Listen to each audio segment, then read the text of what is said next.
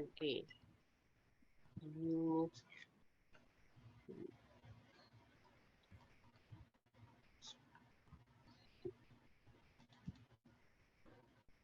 133.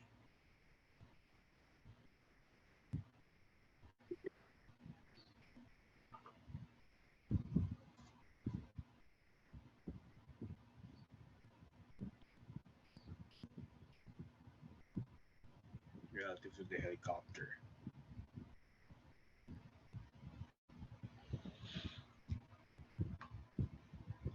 Okay, so tingnan natin yung problem, no? mm, So,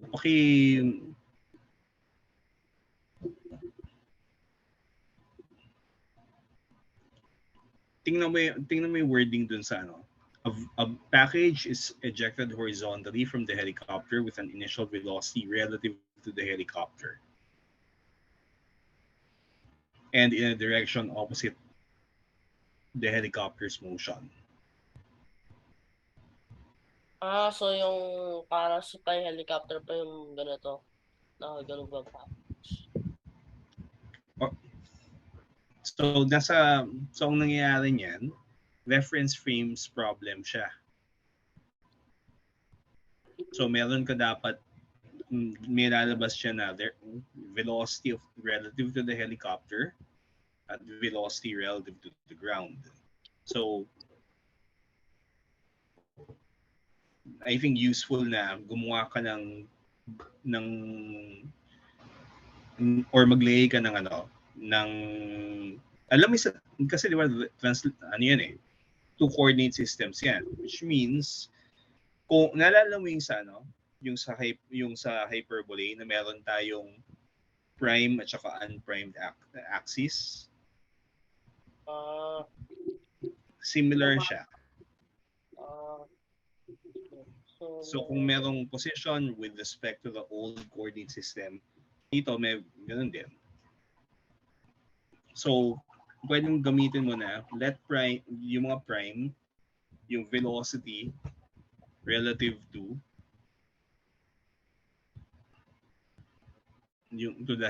the helicopter.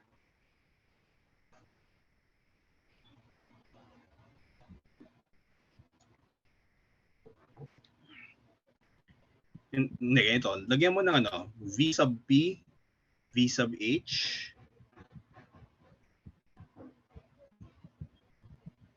Yan yung velocity of the helicopter with respect to the ground.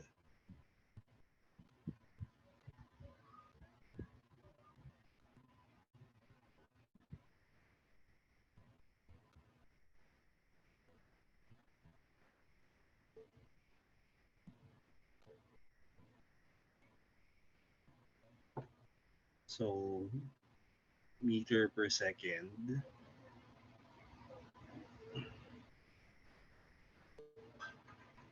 Sabi dito, okay, velocity of package with respect to ground din yan. mm,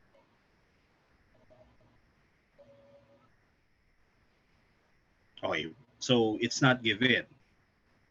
V prime P, velocity of package with respect to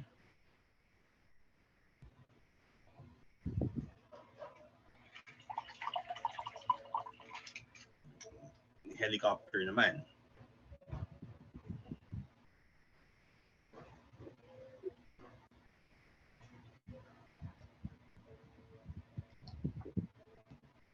Okay, ang sabi dito, ejected horizontally with an in a direction opposite the helicopter's motion.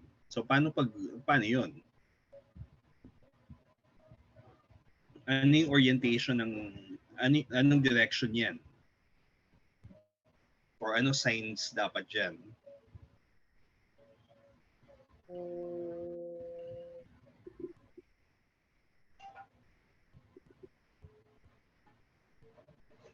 okay, so baka kailangan ko ng video.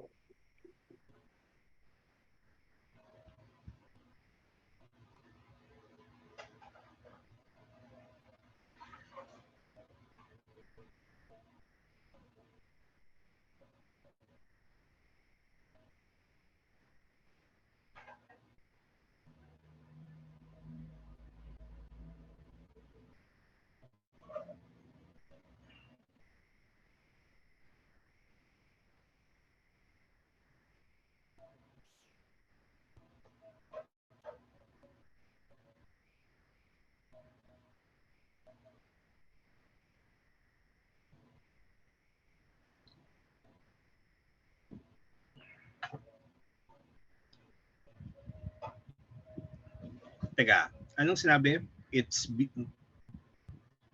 So, ganito. Kung nasa loob ka ng helicopter, tinapon yung package in what direction?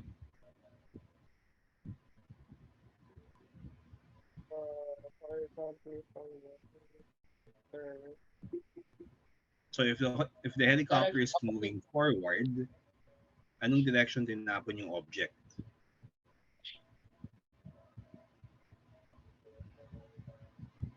Tapos yung object hindi siya nakasabit diyan, no? Isipin mo na nasa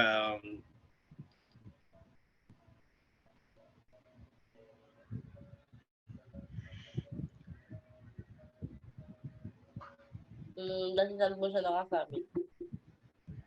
or for example, isipin mo na what if may passenger sa loob, may hawak-hawak na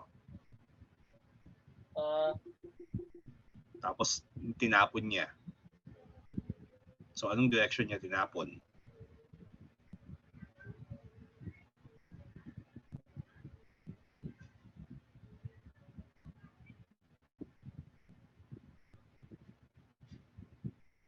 So thrown horizontally, which means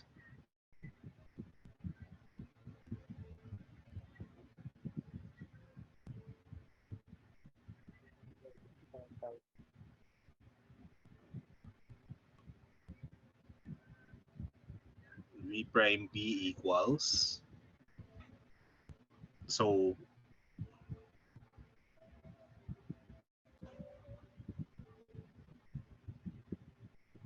directions. Yung forward, yung positive direction, di ba?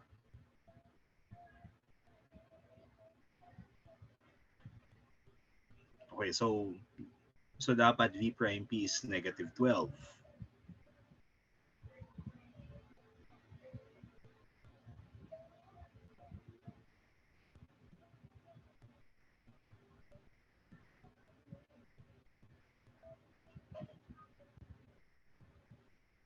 Okay, ngayon,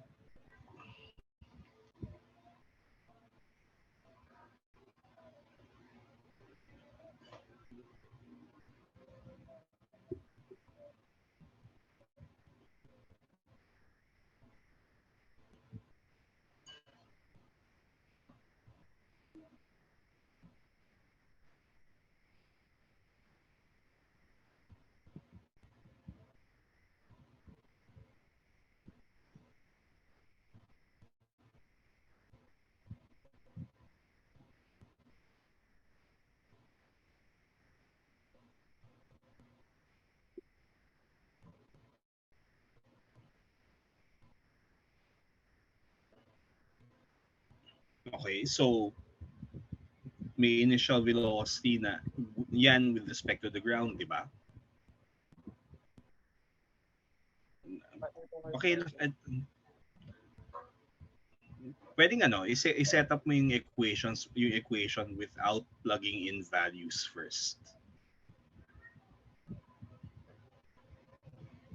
So yung transformation of velocities is, and then remember, you have a big piece of paper. Ano yun A4 size yan eh. So Makalagay ko po explain itong mo yung plastic. So Select.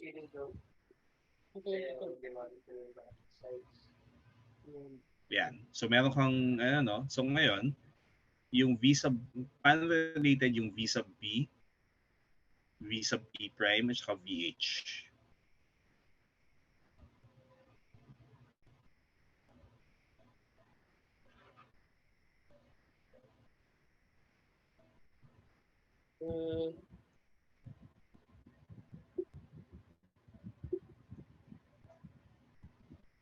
Doon mong dadagdag. Wala. Teka, sulat ko rin yung workout ko rin yung, so R Pabawas po siya. H R package R prime P. So VP equals V prime P plus VH. Kaya,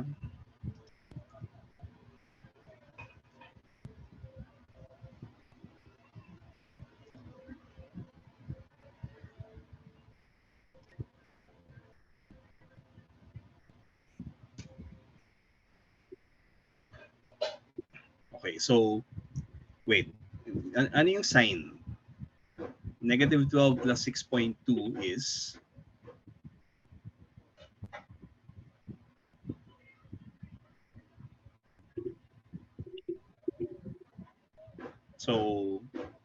so according to a ground-based observer, anong direction papunta yung yung object?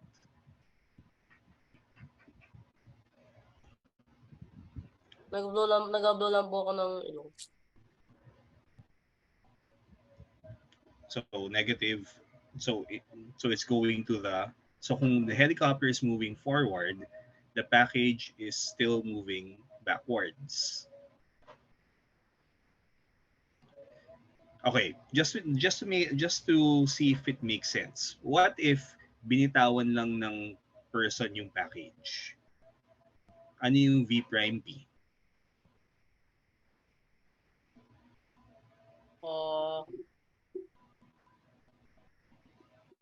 So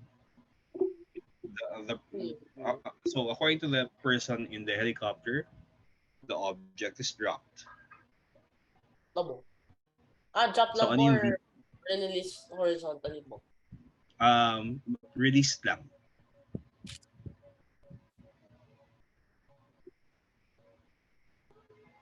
So hawak-hawak niya so stationary siya, hawak-hawak yung object, tapos binitawan niya. So ano So yung hindi na po tinapon pabalik? Hindi. Binitawan niya lang. Okay, so So ano yung velocity with respect to the helicopter, yung package? negative VH po. Kaya, remember, yung V prime P, yan yung velocity measured by the person or by the reference frame moving with the helicopter.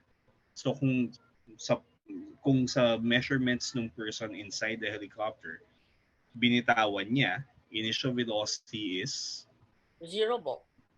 0 as measured by the person in the helicopter. Pero as measured by the person on the ground. So, kung sa nasa ground po, 6.20. I think Okay, kind of so makes sense. 6.20. Hindi ba parang ipa-follow na yung helicopter? Oo. Actually, ano yan eh. Di ba kapag if you're inside a steadily moving vehicle, makikita mo na if you drop an object, downward lang yung nagiging motion. Sa jeep po. Sa jeep. Diba? Po ng coin, nahulog lang po siya sa floor. Oo. Pero according to someone on the ground, it's moving forward. So the velocity addition law makes sense here. Opo. Okay, so ngayon, pansin natin, ano pa yung magiging niyan? Yung velocities na yan ay in what directions? Di ba may horizontal?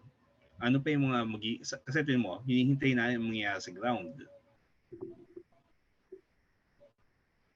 Meron pong bababa yung back. This is actually a two-dimensional problem. So, nasaan yung ibang components?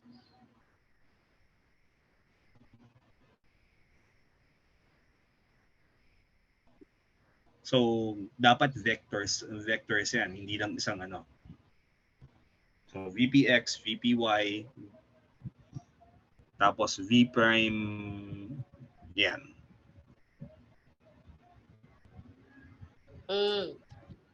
VPX pala to.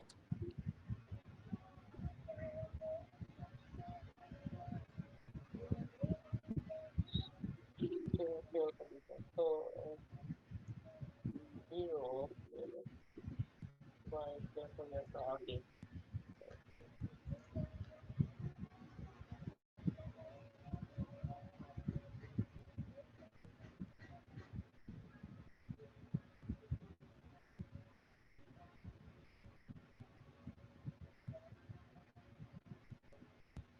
Kaya, ano yung initial, so ngayon, ano yung initial velocity ng packet? So before you move on there, remember, this is a 2D problem. Abo. So ano yung vector ano yung velocity vector ng initial Ah, velocity? So, hindi. Next line. Huwag kang magtipid sa space. Next line. yung bago ng sistema, kaya malaki yung isip mo. Kung yung isip mo, Okay. Pakilagyan ng vector sign yan. Kasi we have to talk about components. So, ano yung I component? Ano yung J component? Tapos, lagyan mo subscript 0. Kasi at equals 0 yan eh. V0. VP, tapos V0X, V0Y.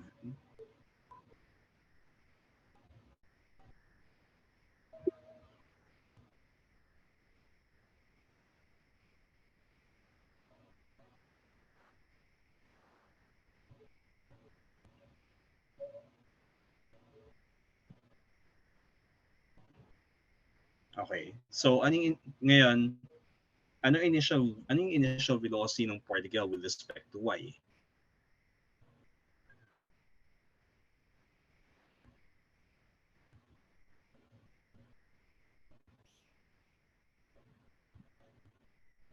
ah,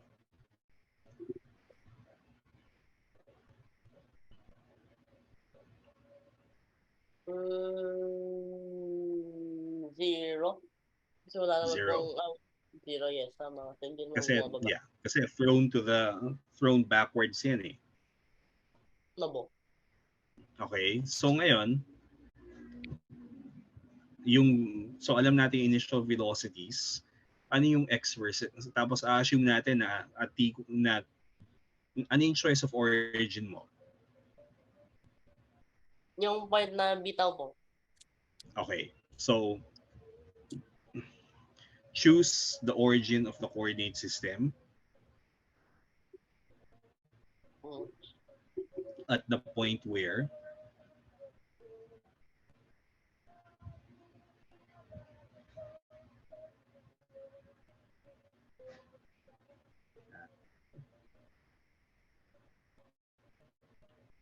object was released, or where the package was released.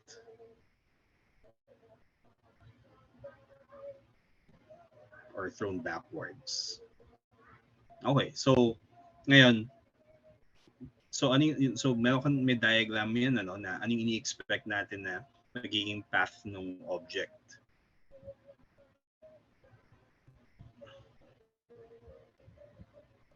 So mag-drawing ka ng XY plane, tapos para meron tayong idea ano yung expected na path.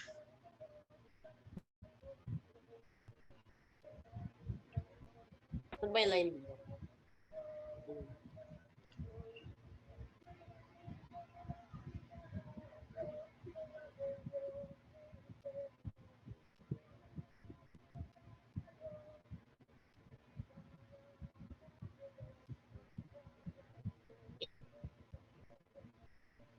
So object was released.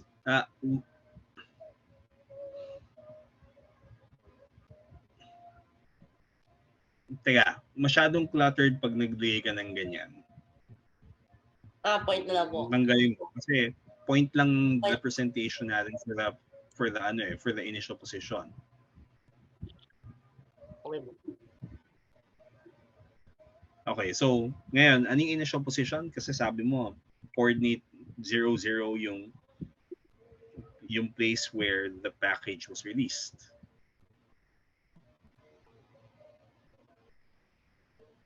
Okay. So, line siya. Paano mo ulis dito? Click ulit, ayun. Hindi, anong gusto mong gawin? Umalis po doon sa draw line.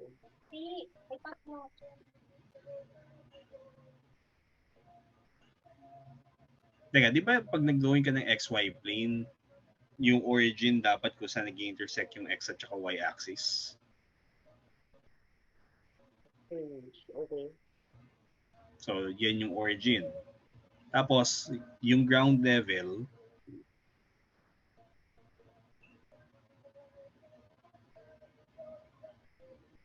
okay, so anong value ng Y niyan?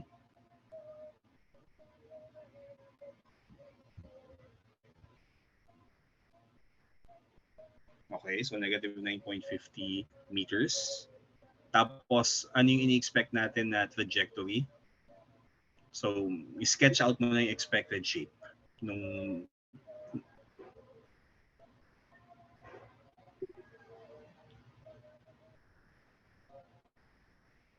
so, ganyan, no?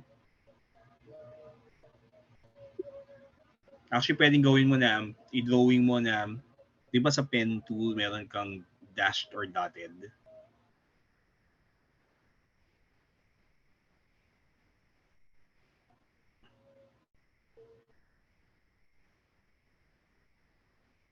Right. Yan. Okay na yan.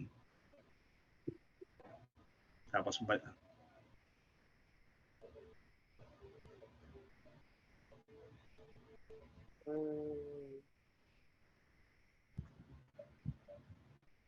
okay, so, tapos on your diagram, dun sa origin, i-mark out mo yung initial velocity. So, may pakita akong symbols na useful. Kaya, so let me share my screen first.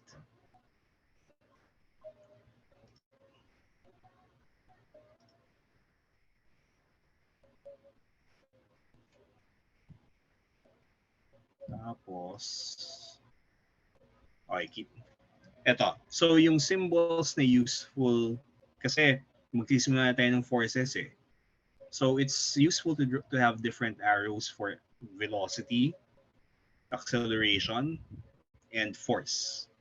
So, yung magiging convention natin ay pag isang arrowhead lang, this is velocity. Pag dalawang arrowhead, this is acceleration or dalawang half arrowhead. Tapos, kapag force, isang full arrow. Clear? Obo. Sige. So, use that. So, stop sharing ng uli ako. Tapos, use that convention.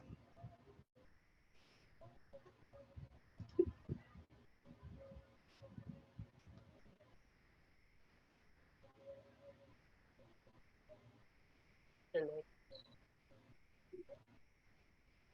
Spans. Okay. So, pwede pa share uli ng screen mo? Obo. Yeah.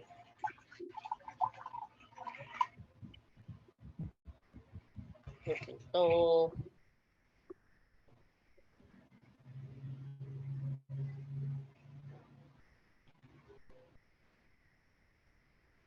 So,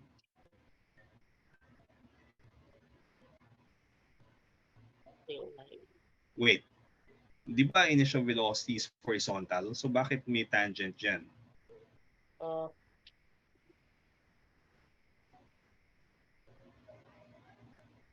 Or use a different color kung para sa velocity, like red.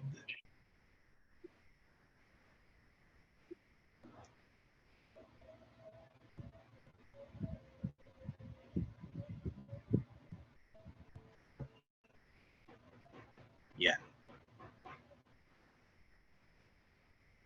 So, V sub 0 P tapos vector sign para clear na na we have a vector. Okay. So, we now know yung initial velocity along x and along y. We know the initial position, 0, 0. Using those two things, ano ngayon yung x versus t at saka y versus t? So, x equals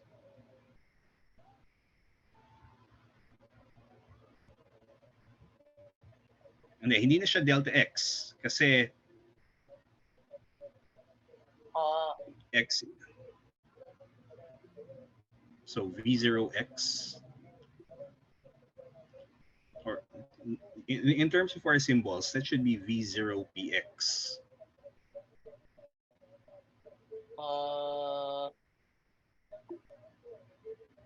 Bago.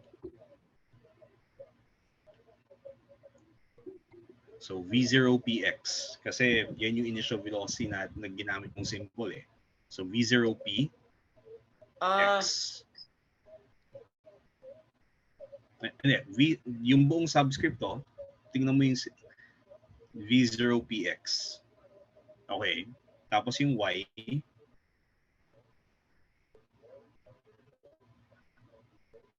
gt square. Okay. So wala nang ibang. Tapos 0 naman yung ano. Ngayon gusto nating malaman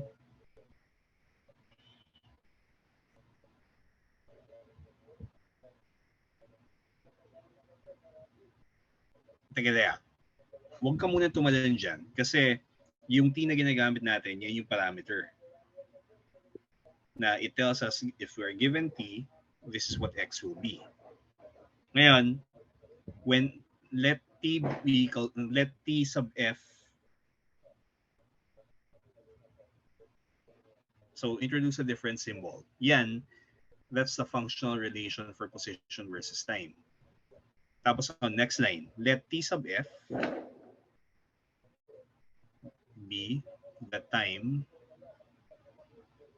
it takes, or the time when the package reaches the ground.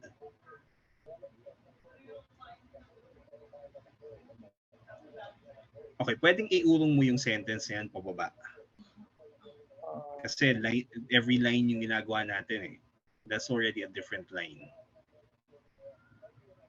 Yan. Okay, so next line. So, pag ganyan ngayon, so ano yung value ng x kapag so x is xf is equal to, okay, ano yung mga numbers na meron tayo? So negative 5.8 meter, okay, times t sub f. T sub f. Tapos yung y sub f, which is equal to negative 9.8, 9.5 meters is equal to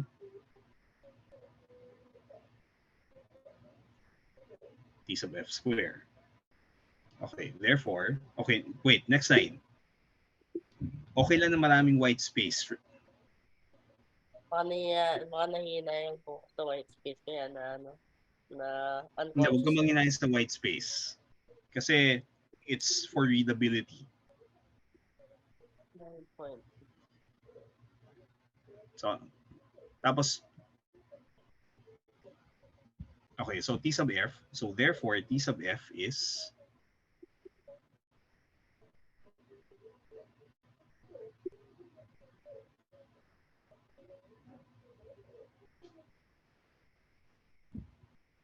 teka po akong calcu ko. So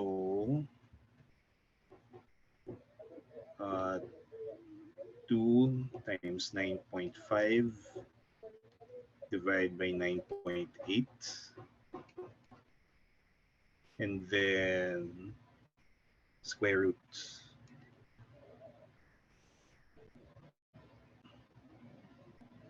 Kaya 1.39, no? So pwedeng paki-mark para klaro yung decimal place. Yun na po.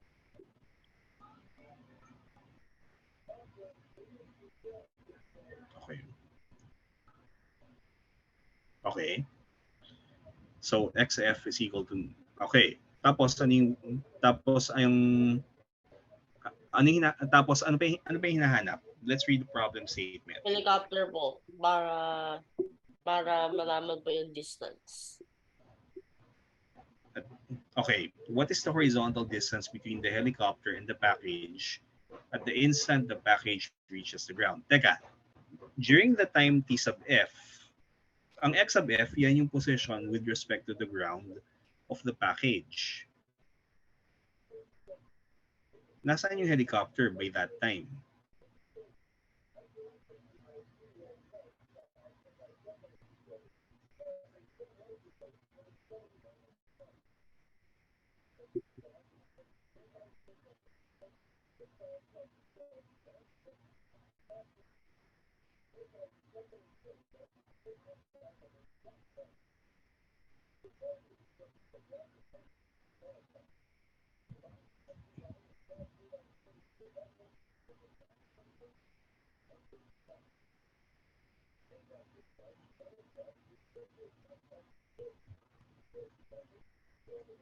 Okay, so therefore,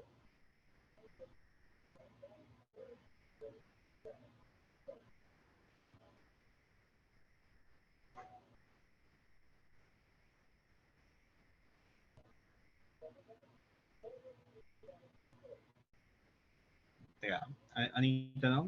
Horizontal distance. Kailangan horizontal distance kasi pag distance, kailangan mag-Pythagorean theorem, di ba?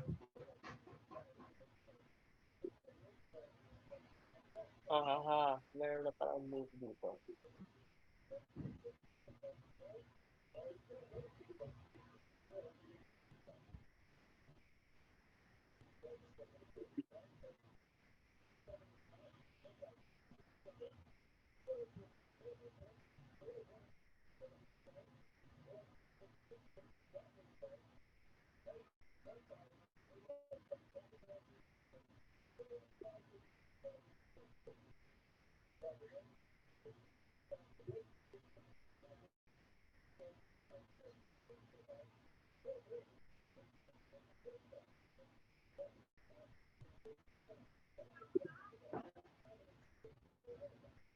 Okay. Actually, pwede mo rin yung alternative solution dyan ay according to the helicopter, anong initial velocity ng object? With reference frame purely of the helicopter mo, tapos sa reference frame, yung ano niya, position na. Okay. Pwede rin yun. So let's compute that for comparison. So according to the helicopter, the object is moving to the left.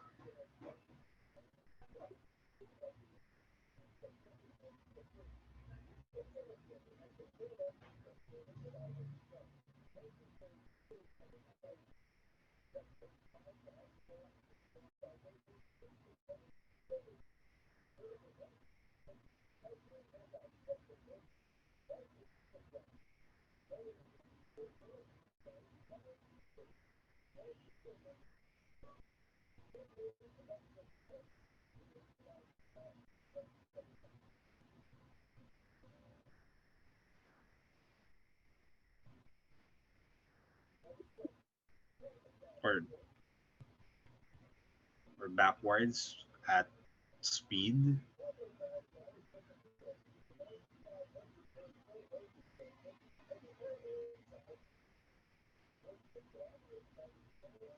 So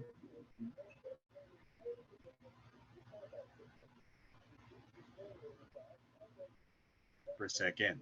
Ngayon, alam natin yung time of fall, di ba? So it's still 1 point, ano yun? So pag ganyan, yung time is still T sub F. So 12 times T sub F.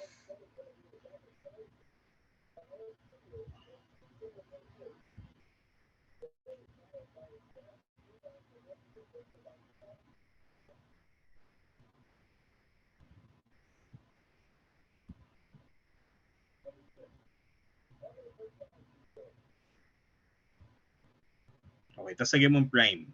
Kasi yung measurement na yun ginagawa in the reference frame of the helicopter. And then may negative sign kasi ang velocity ng particle ay backwards, di ba? No way. No ho ho. All of this effort.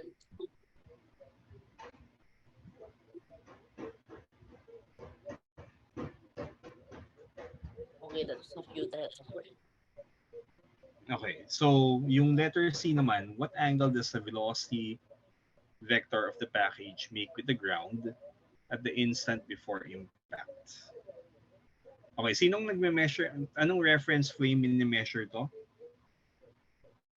Seen from the ground. So ground. So sa yung velocity vector, di ba? Of the package. So anong reference frame yan? So VPF.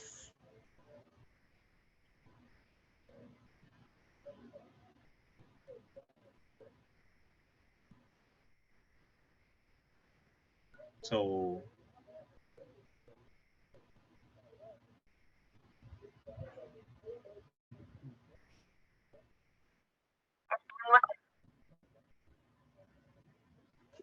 sige, so patingin nung ano, yung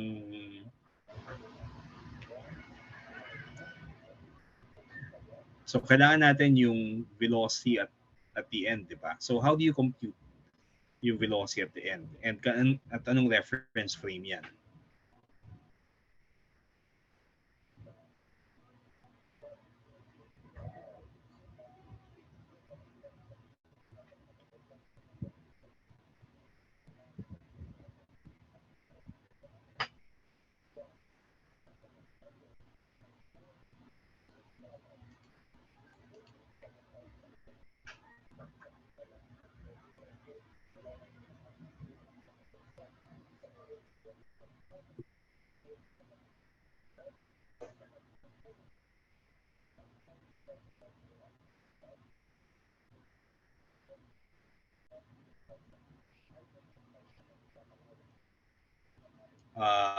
Wait. Okay, so moving forward. Bakit ano yan? The velocities move is yung x velocity, yung x component. Okay. So negative. Okay, paano mo kino-compute yung VPFY?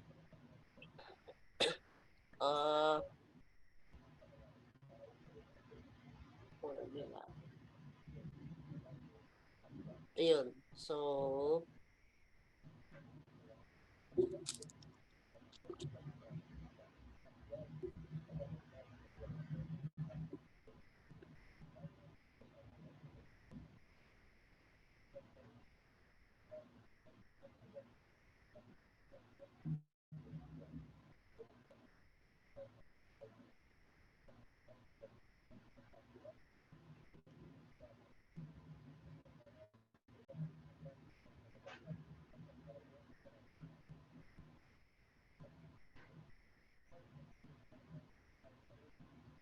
Mhm.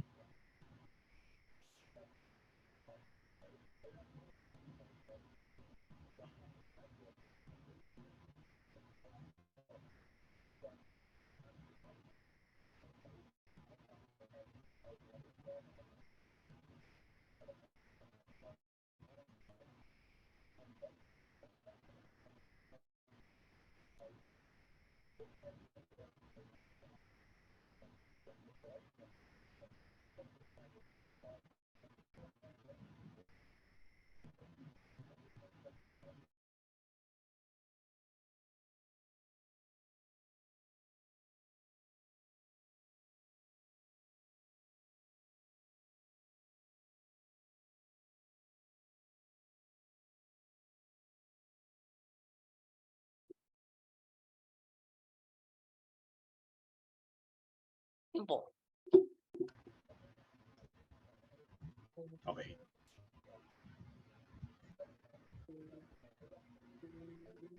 So 67 degrees na. No. Sige. So yung next, pwedeng i-drawing mo lang yung vector, yung direction, yung vector, yung final velocity vector. Sketch mo lang para lang makita yung ano yung angle niyan.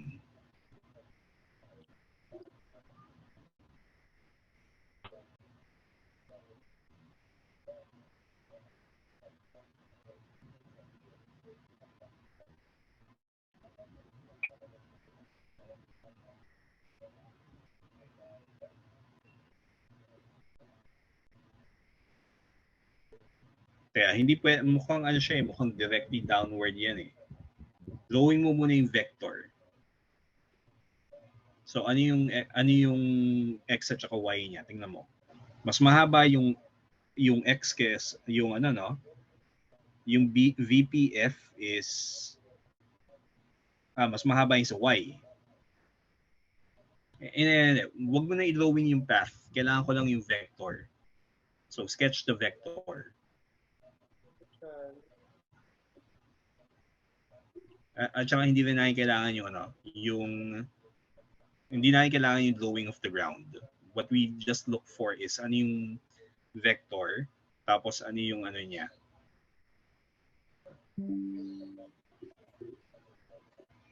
Para makita natin pati yung directions. So tingnan mo yung signs, negative. Yung pareho yung components.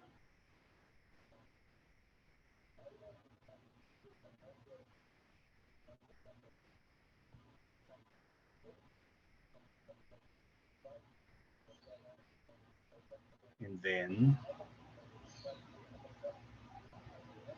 okay, vector sum. And then, nasaan yung theta?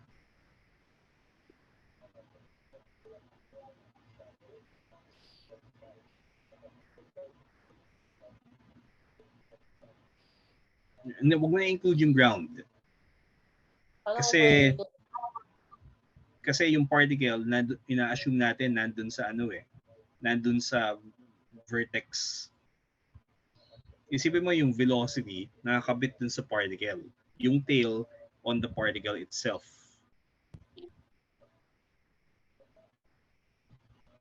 So, yung particle is actually nandun sa ano sa tail ng velocity vector mo.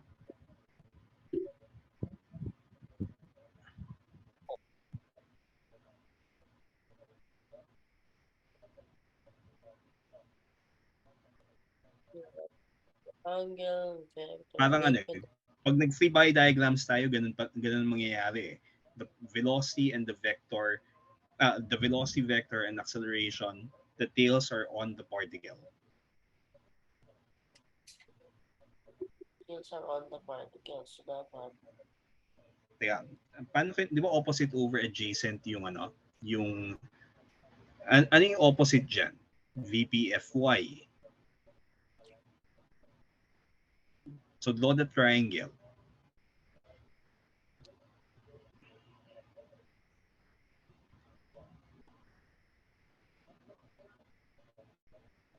So, di ba pag vector sum VPFX plus VPFY is equal to VPF. Drawing mo kaya yon? Paano po? Paano ba yung tail-to-tail method ng pagkuha ng vector sum? So, burahin mo yung VPFY. Okay, so yung VPFX, tapos add mo yung vector na VPFY, so pababa.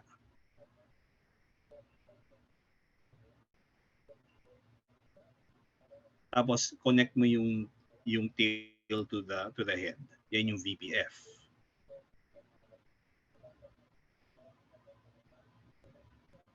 Ngayon, nasaan yung 67 degrees dyan?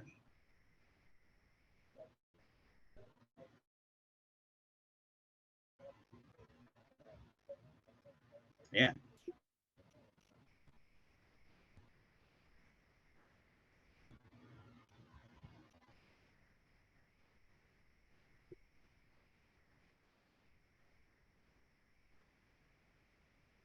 Okay, so okay na? Make with the ground, a scene from the ground. Okay. So, yung next problem, yung 135.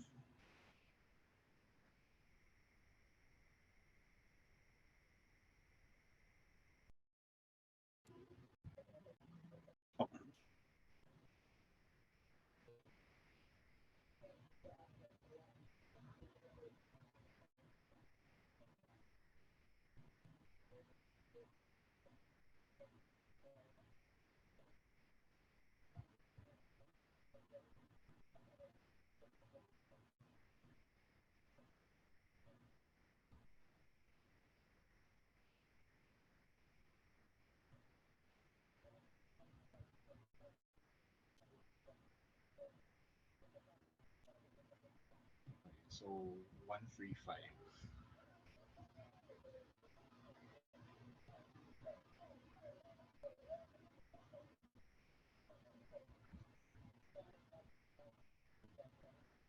Okay. So, dyan mo lang lagay. And then, huwag mo na i-scale. Okay na yan. So, start from below. So, ano yung given? And then, ano yung diagram? Gawa ka ng diagram or sketch for the given para makita natin ano yung mga nasaan yung mga quantities niyan.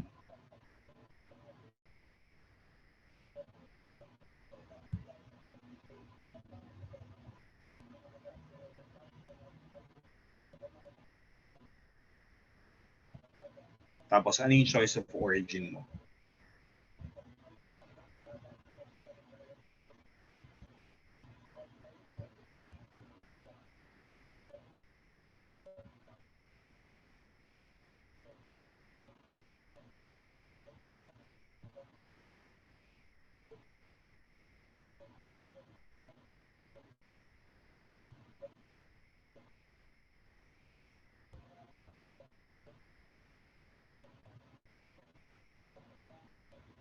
Teka, hindi mo kailangan mag-drawing nung kung ano yung actual na situation diyan. Yung kailangan natin ay coordinate system, tapos yung velocity vector,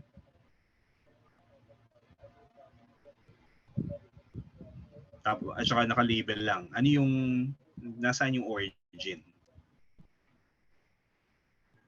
Kasi ano yun eh, yung physical situation we are going to convert into information on the XY plane.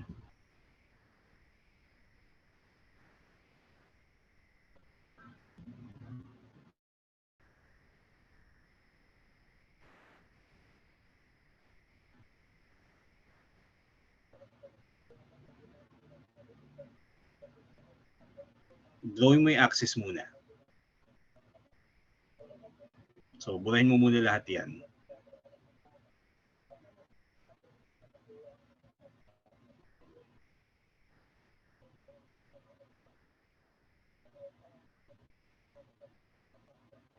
Okay, so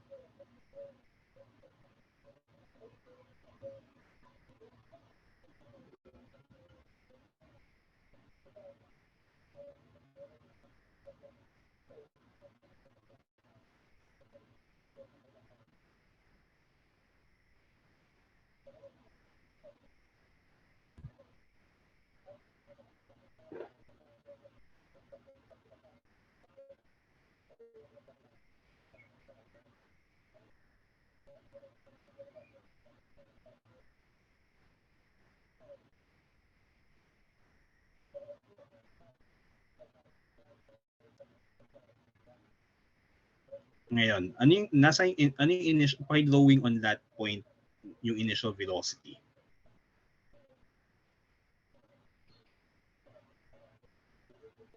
Or sketch the velocity vector. The initial velocity vector on your diagram.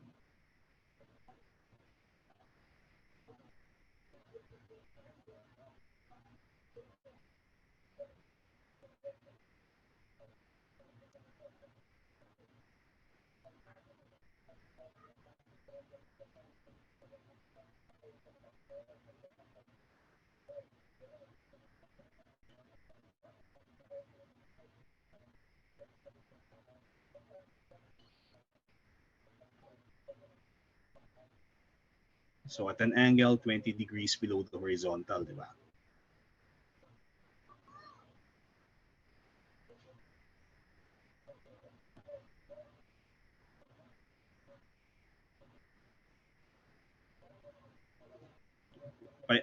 Ano mo na siya, standard. Tapos yung tail nung velocity vector, half arrowhead lang siya.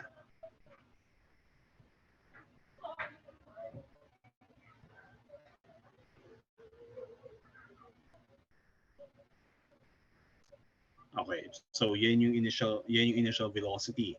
Tapos okay, so ngayon V0, lagyan mo ng subscript V0. Okay, ngayon, ano yung V0 in component form?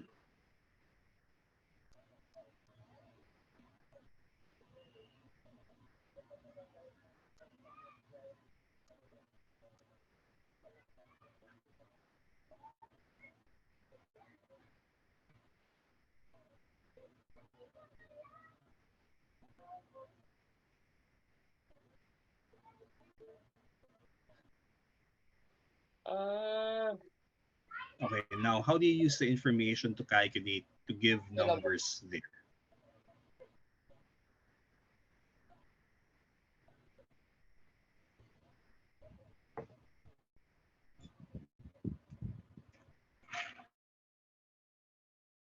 Okay. So dapat yung velocities may signs, di ba? So, So negative. next line, V0 is equal to,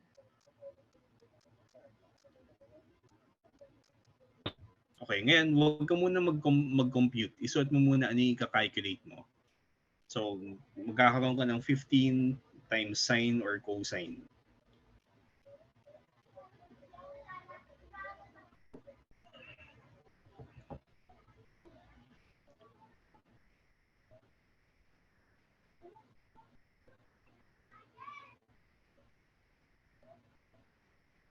Kunti ka na mo.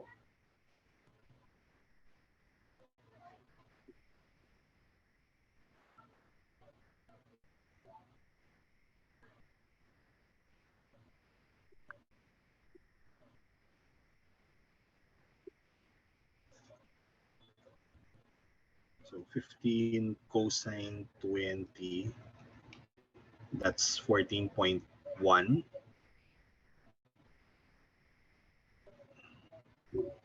Teka, yung gamitin mo 14.10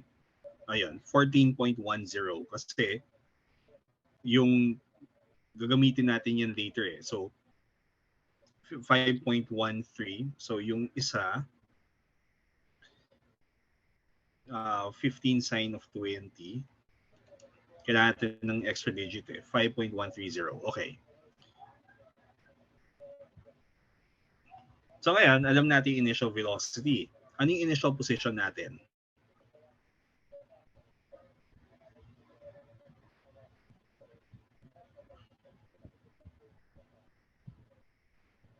So, lagyan mo ng vector sa yung R0 or yung arrowhead. Yan. Okay, so ngayon, ano yung X versus T? Ano yung Y versus T? So using that, so X is equal to,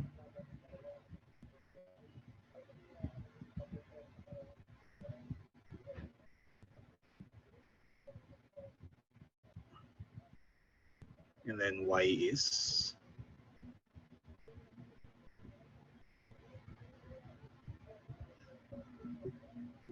okay, and then what are we looking for? Horizontal displacement, and it's so at t equals t sub f equal to 3.0.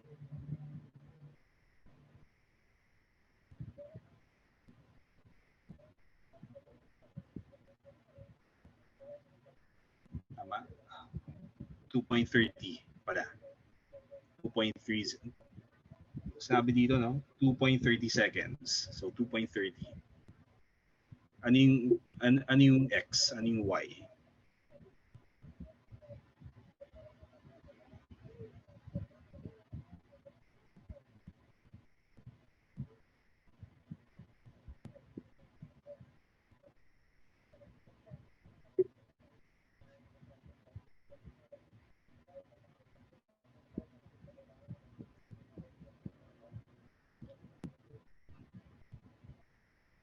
Okay, tapos yung sa Y naman,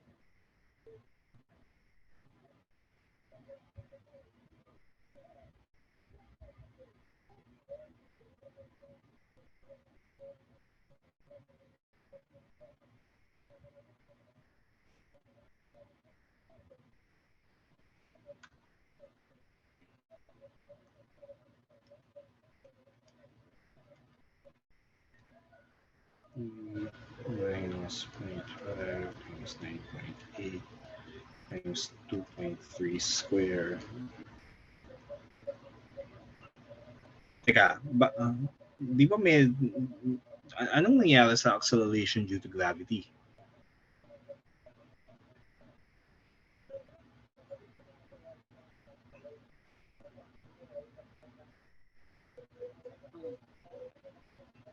So, meron kang tingnan mo yung y versus t mo.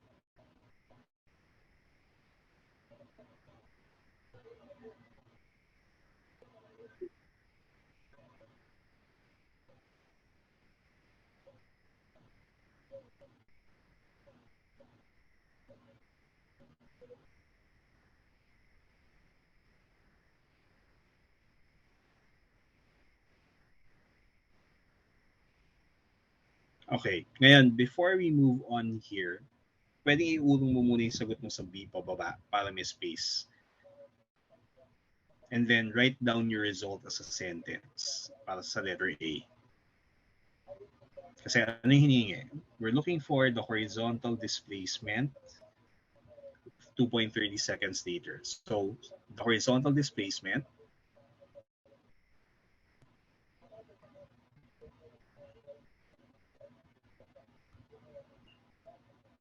(2.30 seconds later)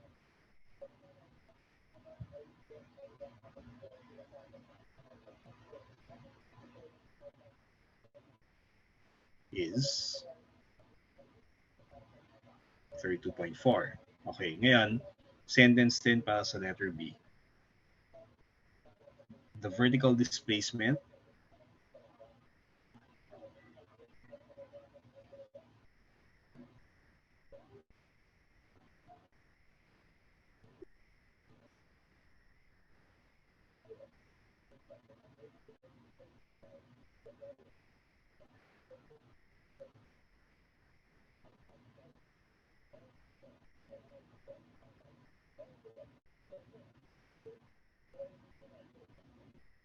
Okay, yung displacement may signs, di ba?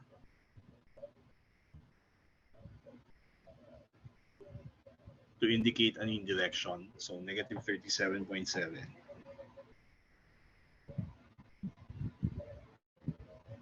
Okay, so we're done with 135.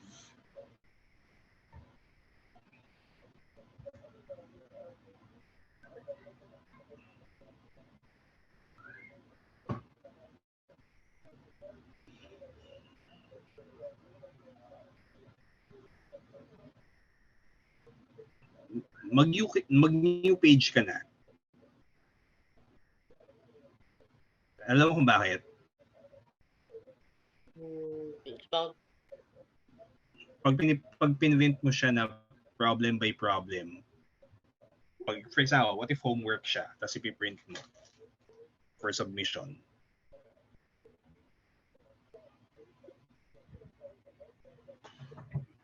So, new page na.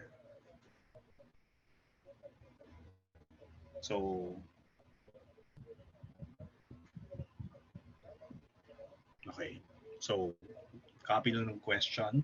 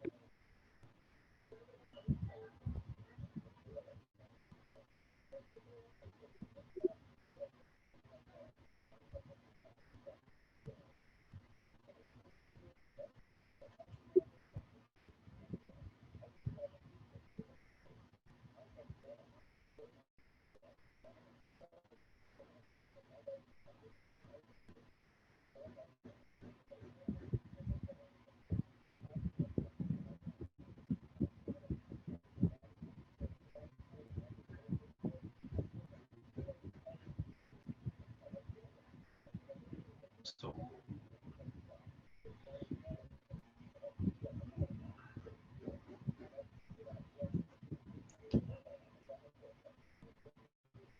So 137.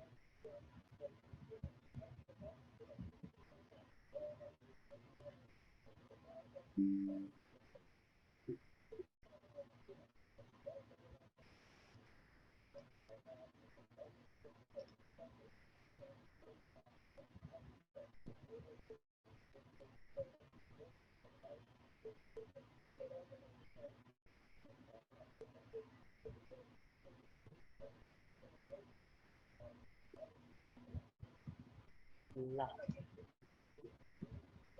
Yun.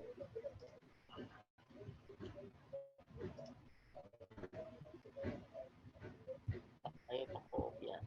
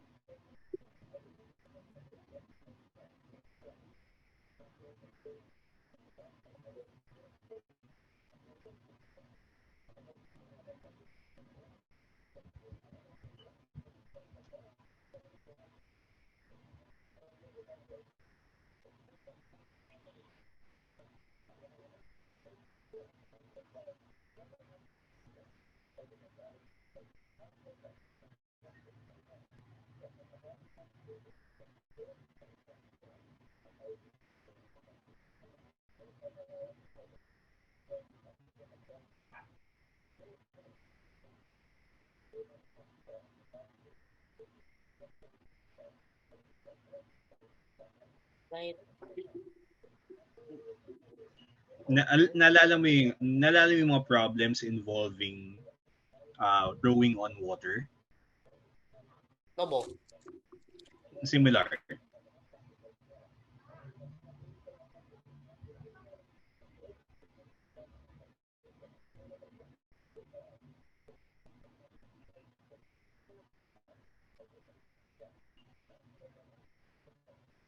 Actually, reference frames din yan eh.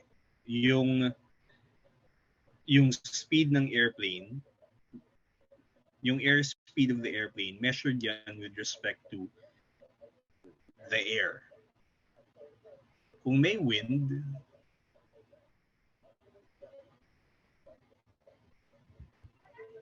so hindi siya ground with respect to the ground. That's measured with respect to the air. So if the air is moving to the right with some speed v, anong magiging effect? Ano yung magiging measured speed with respect to the ground? Or, sabi dito, no? Is scheduled to take 50 minutes longer westward than eastward.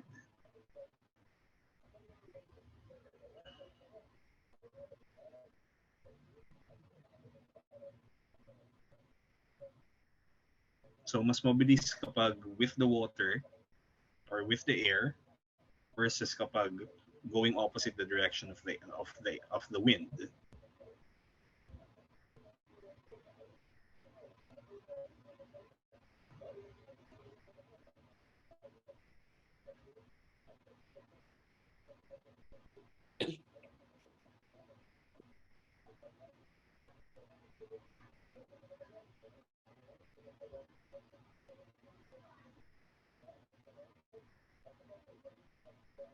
So meron kang V eastward na V westward. Me winds. Paano kaya? So, paano related yung mga yan? So, V eastward, V westward, 966, at saka yung speed ng wind.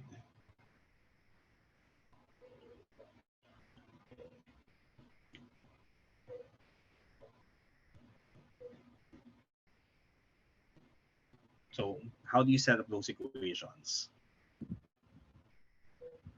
So let's define those quantities. Let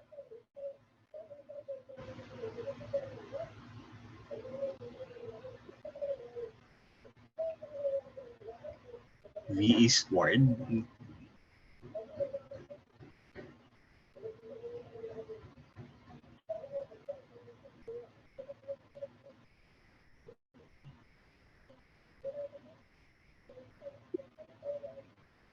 be the speed of the plane.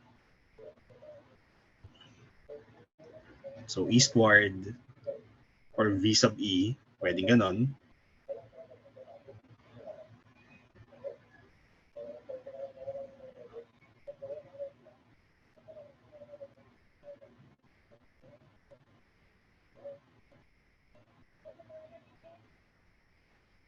Or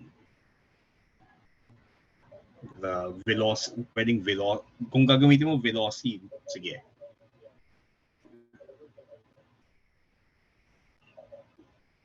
Teka, kung may arrowhead, velocity, diba? Velocity of the plane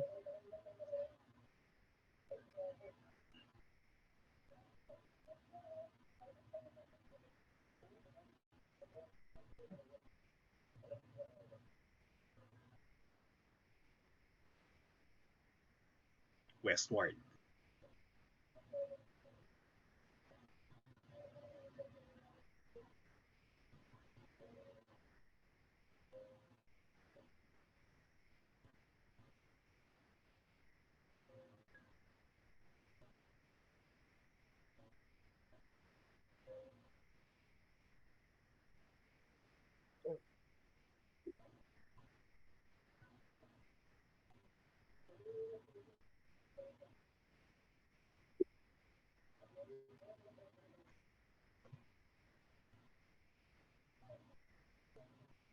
Okay, so paano i-calculate ngayon yung V west, V east from 966 kilometers per hour and the speed of the wind?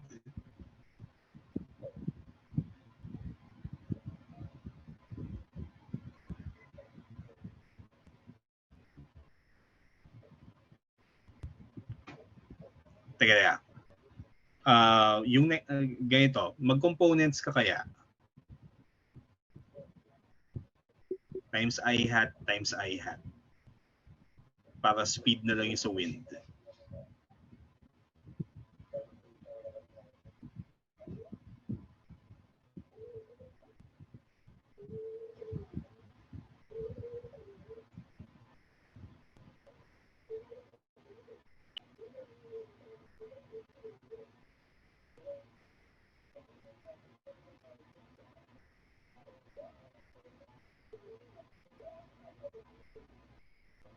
Okay. Ayan. Ngayon, what do we know?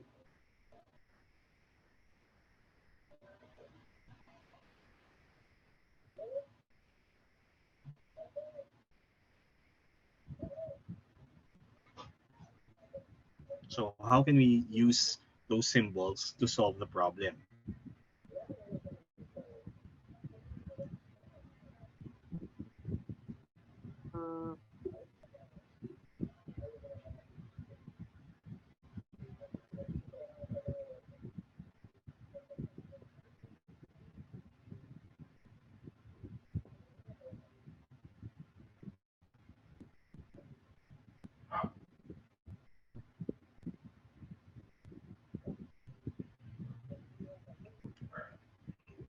Teka.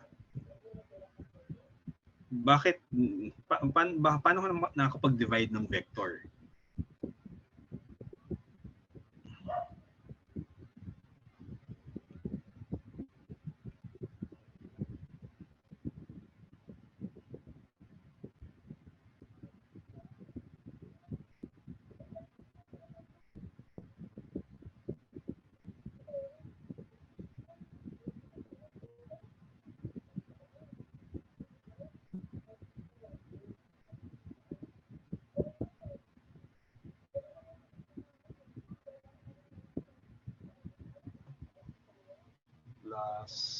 ano yun? Moto Sinabi. here.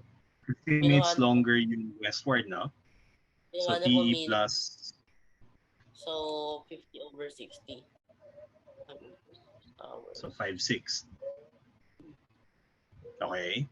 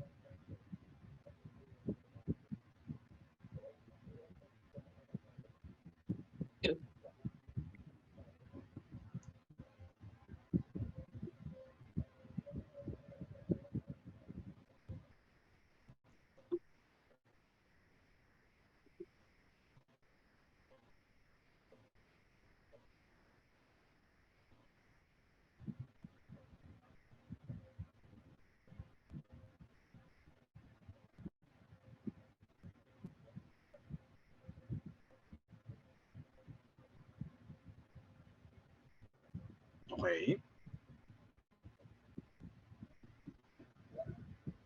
Oh no, algebra.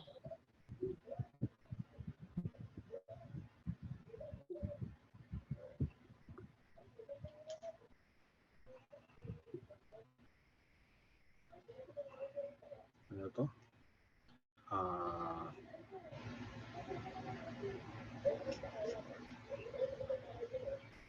4,350 divided by 966 minus x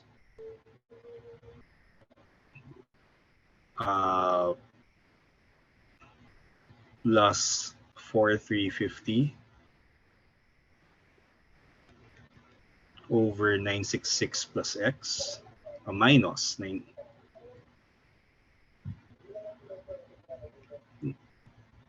966 plus x equals, saan yun? Equals 5/6. Okay, and then shift solve.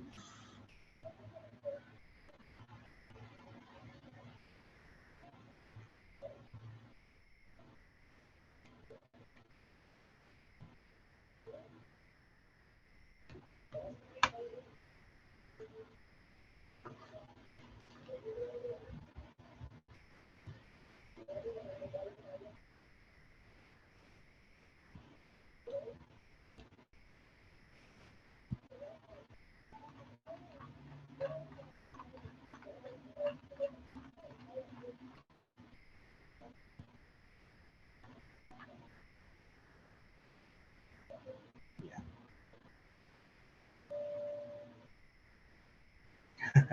Quadratic formula siya. Or, I think there's no sineset up mo using, di ba, quadratic equation yan? Yeah, nga boss. So, inisip ko baka kaya ng conjugate. So, multiply both sides by 966 minus V wind times 966 plus V wind. Yung difference of two squares na yon.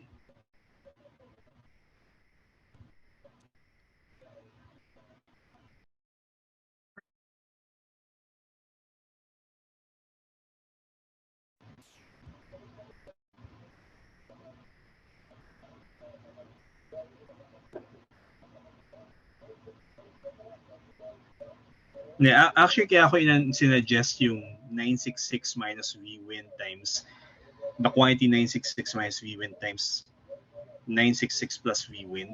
Kasi may cancellations na mangyayari, di ba? So, everything multiplied by 966. Ayan. 4350 times 966 minus V wind plus 56. Tapos yung 966 square times the quantity 966 square minus V wind square.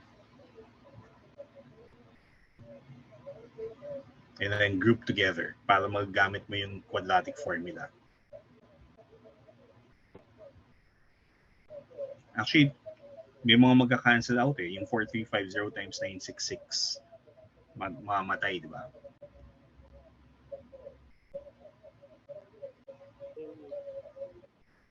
Grabe po itong algebra. Ang mga values.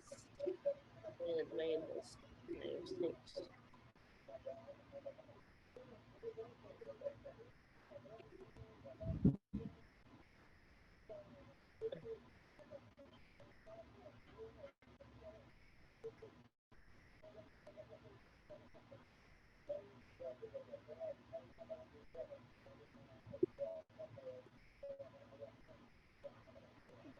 V wind, okay. Tapos minus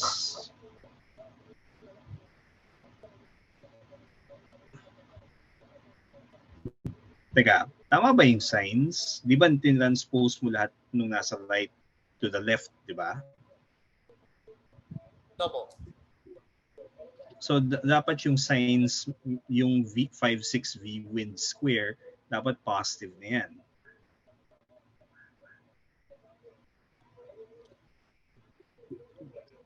Tapos, check lang natin yung yung 56 times 966 square. Divided by 6. So 77, parang masyadong maliit yung 7680. Saan nang galing yun?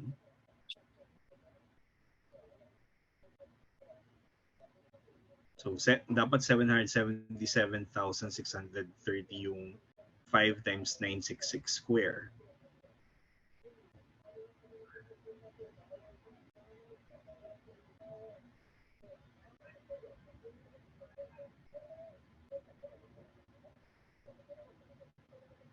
Okay, ngayon gamitin natin calcu, polynomial 2, and let me just check. 5 divided by 6, 8700, 8700, and then minus 777, 630. Okay, so 88.6 kilometers per hour.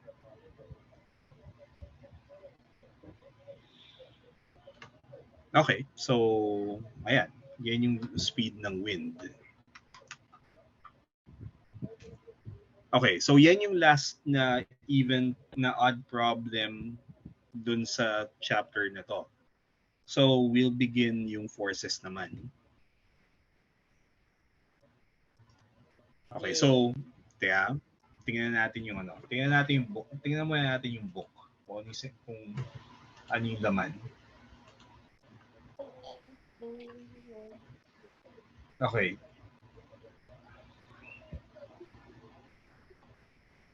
So share ko ngayon yung yung notepad ko kasi I'm just going to talk about yung Newton's laws. So gusto kong basahin mo yung basahin mo yung book itself. Pero may mga may gusto lang akong i-highlight na topics or ideas dito. So, and then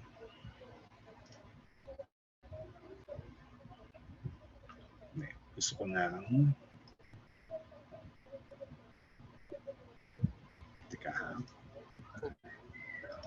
plug in journal paper format and then landscape. Ayan.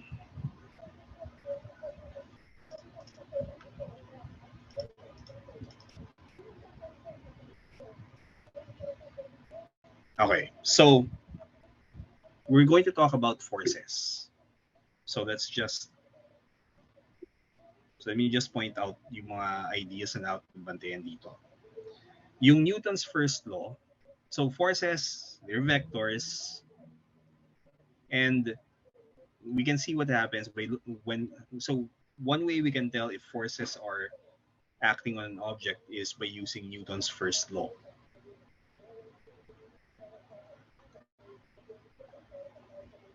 Okay, so Newton's first law says if no force acts on a body, the velocity must remain constant.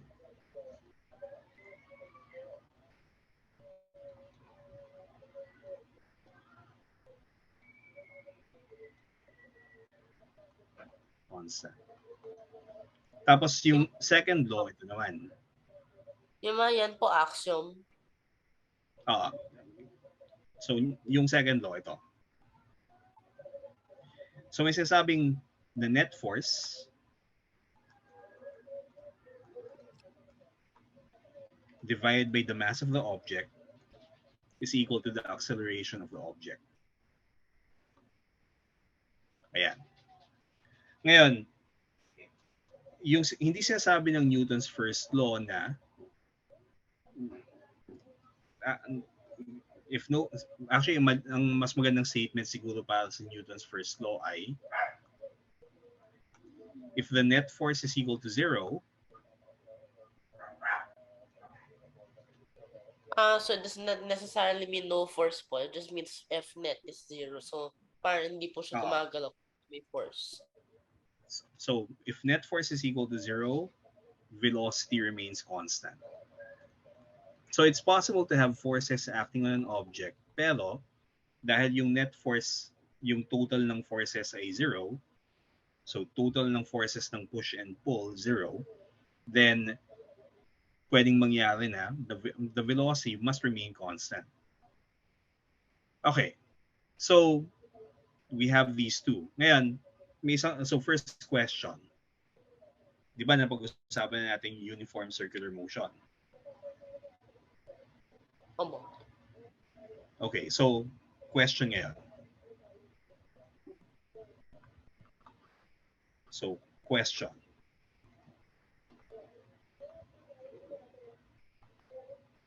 An object is moving counterclockwise on a circle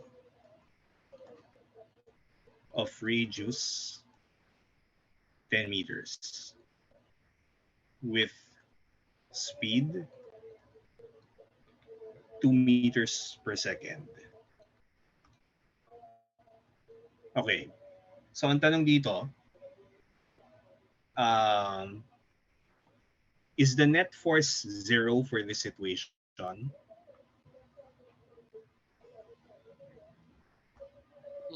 Hindi po. Okay, bakit? It's so moving. Ano yan? Gumagalaw po siyang net force 0. Counterclockwise in a circle of radius. Bakit ka po? So, ibig sabihin, umiikot siya, constant speed. Counterclockwise. Oh.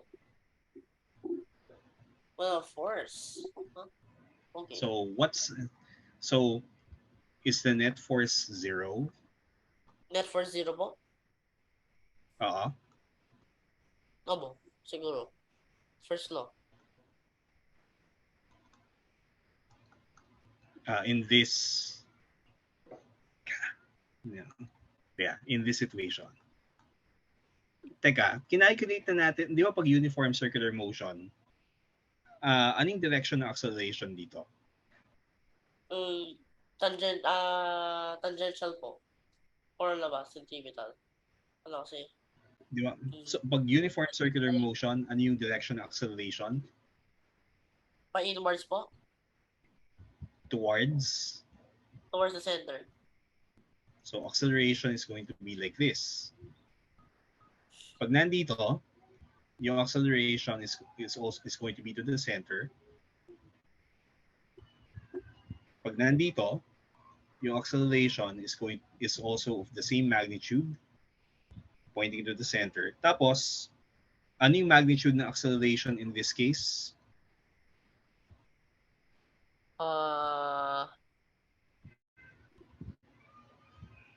Something positive po. Ano ba? Acceleration. If you know the speed and if you know the radius. V over So, 2 pi r. Kaya, acceleration So for uniform circular motion, ano yung acceleration in terms of speed and r?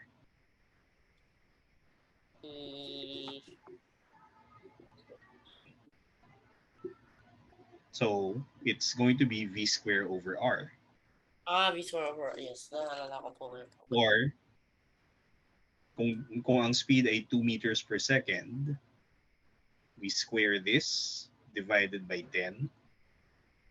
So ang acceleration in this situation is, copyhin ko lang itong buong to para mas malinis.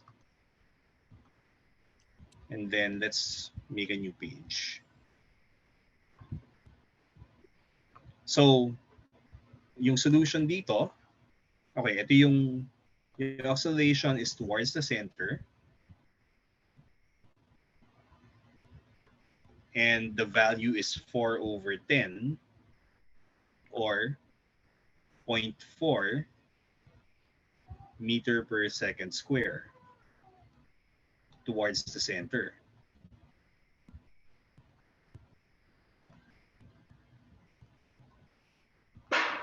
Ngayon, so the object is accelerating, which means F net is not equal to 0.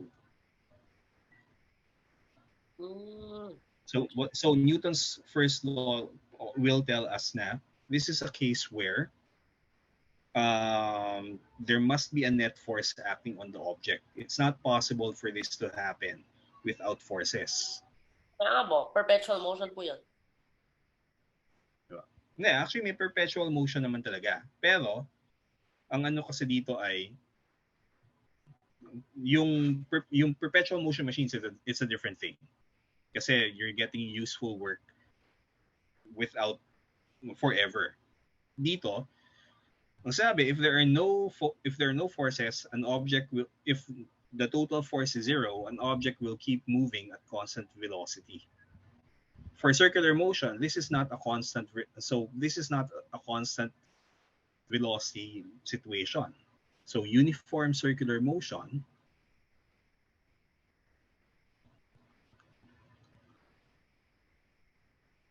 is not a zero acceleration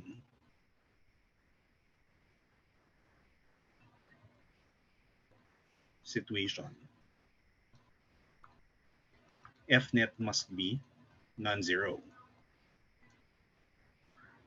or it's a non-zero vector. Okay, ngayon ito yung tanong.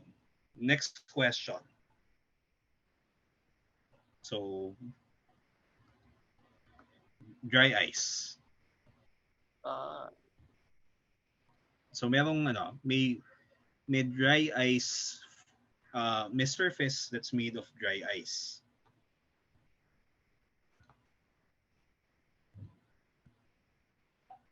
So ginagamit to for demonstrations dry ice surface. So may cushion. So mangyayari, if you place an object on top of it, there's actually a small cushion of air just above. So between the object and on that surface. So ngayon, it was observed. So it was observed experimentally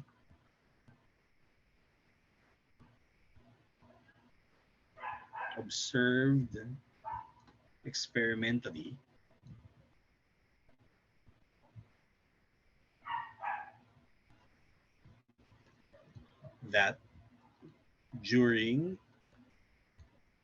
the interval t equals 0 to t equals 3 seconds, that the object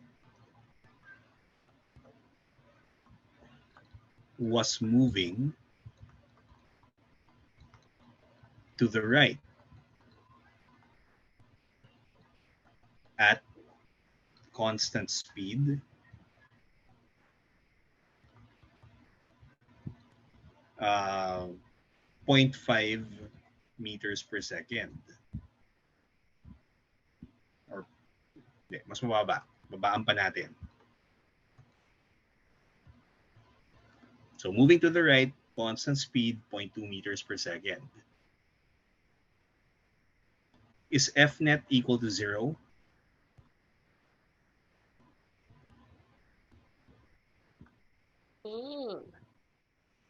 Ito nga po yung sinasabi po eh. Yung may kung frictionless mo po yung surface na yan. Hindi, yan lang yung results ng observation. Hindi sinabi paano nangyari yan. Constant speed. Okay. So, let's see. Dapat To the right. off. So moving on a line. Opo. So, dapat yun. Wala pong acceleration. So, dapat F net 0. So F net is equal to 0. Okay. Ngayon, next question. So palitan natin yung situation. Dry ice, ang kayang gawin yan. Minsan na-observe yan eh. So ito yung next situation. So, okay, so definitely F net is equal to 0. Okay, so let's go to the next situation.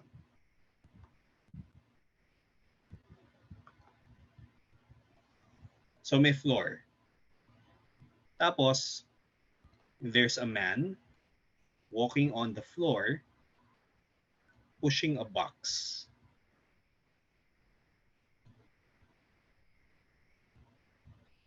Na on the floor. So the man is pushing the box in such a way na the box is moving at constant velocity. 1.01 meters per second to the right. So the person is pushing the box so that at every instant during the time na tinulak niya. So tinulak niya from one side of the room to the other. So during the time na tinutulak niya from the left to the right side of the room, the box maintains constant velocity. So the question is, what's F net? Is it equal to 0? Dapat po. Okay, so dapat. Pero the person is pushing the box. Intuitively, but there's force. Kasi yung person's pushing it. Pero, okay, so paano nangyari yun? The person is pushing the box. I mean, if you can actually do this, diba? Meron kang book sa isang table, tapos you can push the book so that it's moving at constant velocity forward. It can be done, diba? Pero how does that happen kung F net is equal to 0?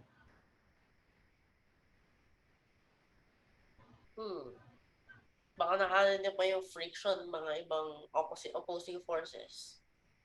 Okay, so if you are pushing the box, so let's look at the box. So introduce ko na yung idea ng free body diagram. So a free body diagram is a vector representation of all the forces acting on an object.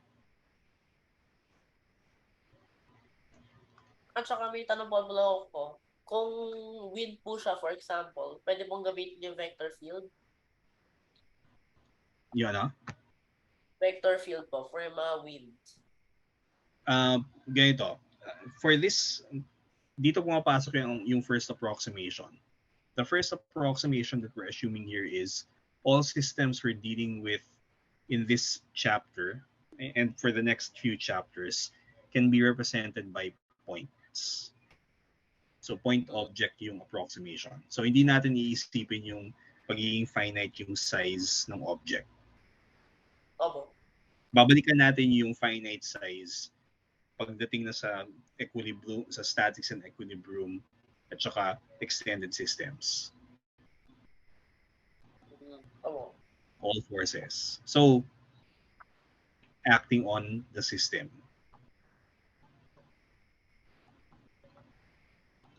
Okay, so dito sa sa situation na to, yung forces, yung ganito yung representation ng forces. So let's look at what's happening. So we know that the net force must be 0. Pero we know now we have to push, di ba? Opo. So let's draw the diagram. So ito yung box. So we know that one way, so let's look at the forces. So ito, F, person. So yung subscript, ibig sabihin, sino yung nag-act, what the force is acting on. So ganito yung symbols natin. Object, exerting force, acting on, object acted upon. So dito sa free body diagram natin, yung subscript person acting on a box kasi we're looking at the free body diagram for the box. Okay, so we have that. And aside from this, there's actually another force involved. The floor is actually pushing the object backwards. So, so in this situation, what's actually happening is, this is F, floor, acting on the box. Tapos, lalagay ko muna yung parallel to the floor. Kasi aside from this, yung floor can also exert an upward force on the box. May situations na downward force on the box. Pero kaya nalagay ko parallel to the floor. Tapos merong, so ito, from the floor, parallel to the floor.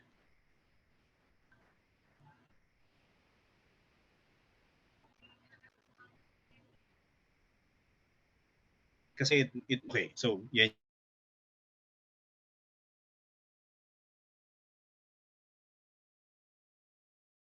Yan. Look at another situation. This time, ito yung meron tayong floor uli. And then, we also have, so we have the box again. Ayun. So wag muna yan. Ilaglag natin yung box. So free falling box. So assume no air resistance.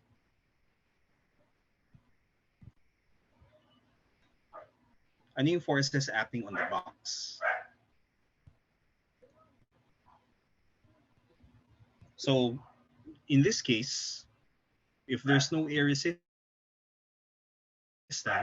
so fume chamber, halimbawa, tapos nilaglag mo yung box, and it's in free fall, G is equal to, so yung acceleration is negative 9.8. So lagay ko lang yung acceleration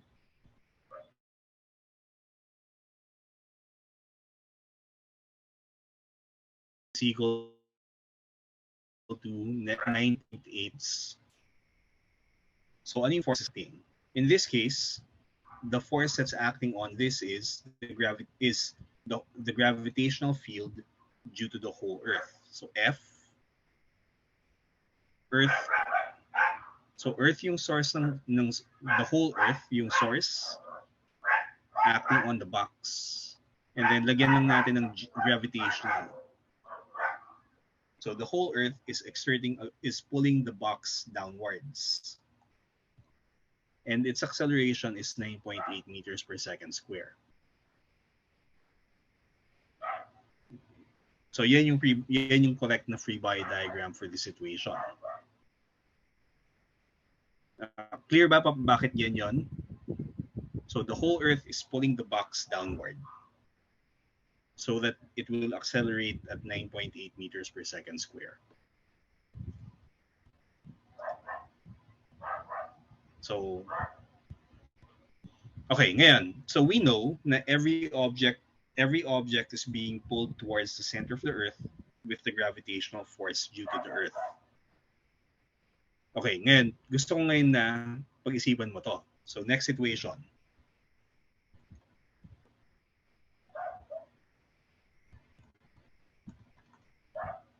So, free body diagrams na yung gagawin natin. Kasi, pag tama yung free body diagram, dire-diretso na siya eh. Pag mali yung free body diagram, ganun din. Nagkakascade na yung errors. So, let's consider a box at rest on the surface of a table. So, box at rest. Tapos, hindi tilted yung table. Kasi pag tilted, di ba, pwedeng mag-slide to the left or to the right. So, table is perfectly horizontal.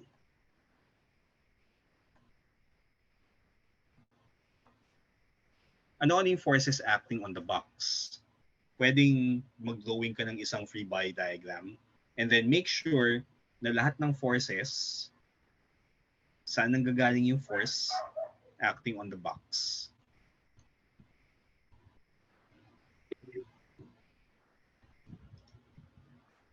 And then show me your free body diagram. Wala mo. Bakit hindi So, gravity acts. So, it's being pulled down by the whole Earth. So, it should be there. What else?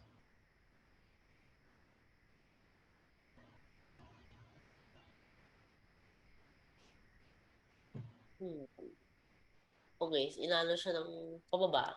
Okay. May pataas na force from the ground. Mm-hmm. Yung support force. Tapos Teka, may contact ba yung ground sa object? Obo. Remember, nasa ibabaw ng table yung box.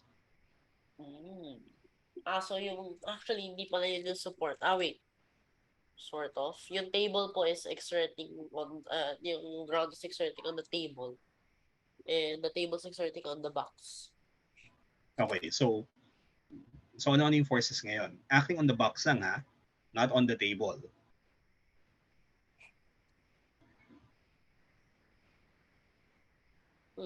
Yung force po ng ground. Transitive. Remember, walang force, yung ground is not in direct contact with the object. So, walang force from the ground acting on the box. Ano ba yung katabi ng box? Force po ng table over the box. On the Okay, box. so the table is should be acting on the box. Anong direction?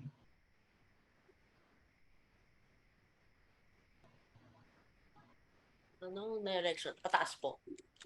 Pataas. Yung gravity naman, or the gravitational force from the whole Earth is going to be pulling downward. So,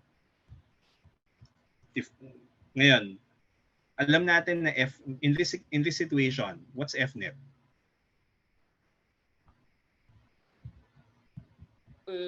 F net yung box po yung force ng table on the box. Meron pa ba?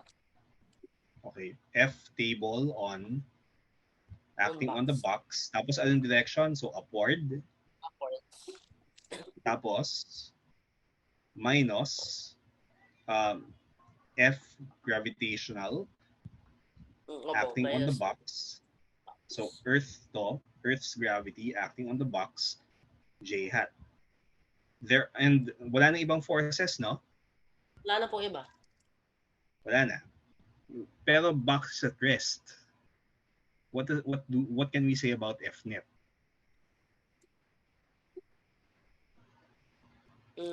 What else can we say about the net force?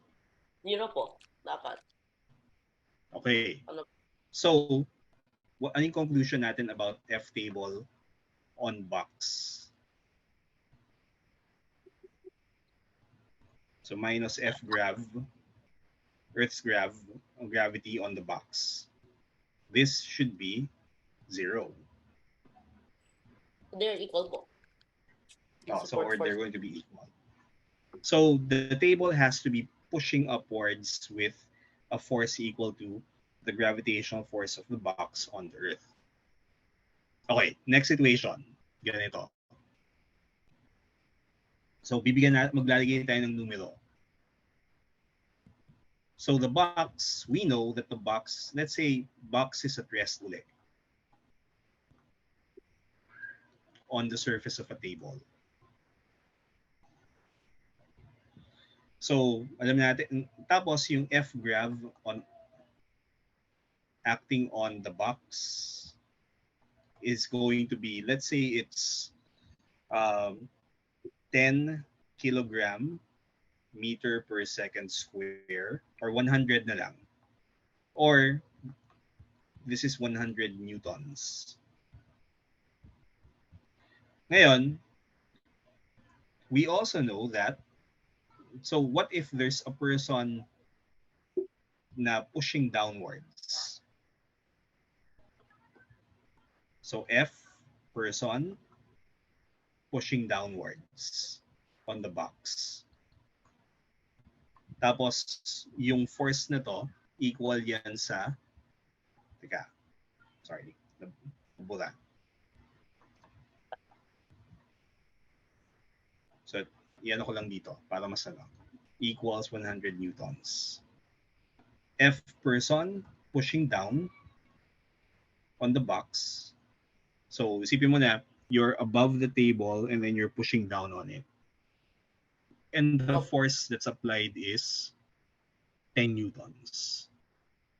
What can we say about F box acting on F floor? Hindi floor. F tabletop. So table acting on the box. What should this be? Oh, so yung ano po, yung support force, yung gravitational, negative nun. Tapos on 10 newtons. Okay, so exactly 100 newtons po yung gravitational. Exactly 100 newtons yung gravitational force. Yun. So what can you say about the force of the table acting on the box? So, table acting on the box. So, 100 newtons pataas and then 10 newtons down. So gumagalaw. 110 newtons upwards. Okay. So it should be 110 newtons upward. Kung walang so ito, if the person is pushing the box downwards. If there's no person, anong mangyayari sa force of the table acting on the box?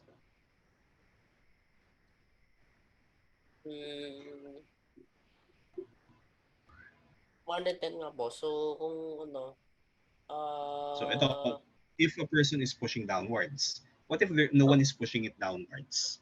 100 Anong newtons mangyayari sa 100 newtons lang? So, yung force of the table acting on the box is going to be dependent on all the other forces acting. Kasi, nagre-respond yung table, at least up to a certain point. Pag masyadong malaki yung forces acting on the table, masisira yung table. So, sira at hindi na mangyayaring at rest yung object. Okay, so for the next meeting, so this would be on Thursday, so 4 p.m. Ang pag-uusapan natin, setting up free body diagrams. And then we'll talk about Newton's third law. Okay? So since it's almost 7:05, we'll stop here. And then we'll continue on Thursday at 4 p.m. Opo. Right? So, bye-bye. Bye-bye po. Thank you po. Bye po.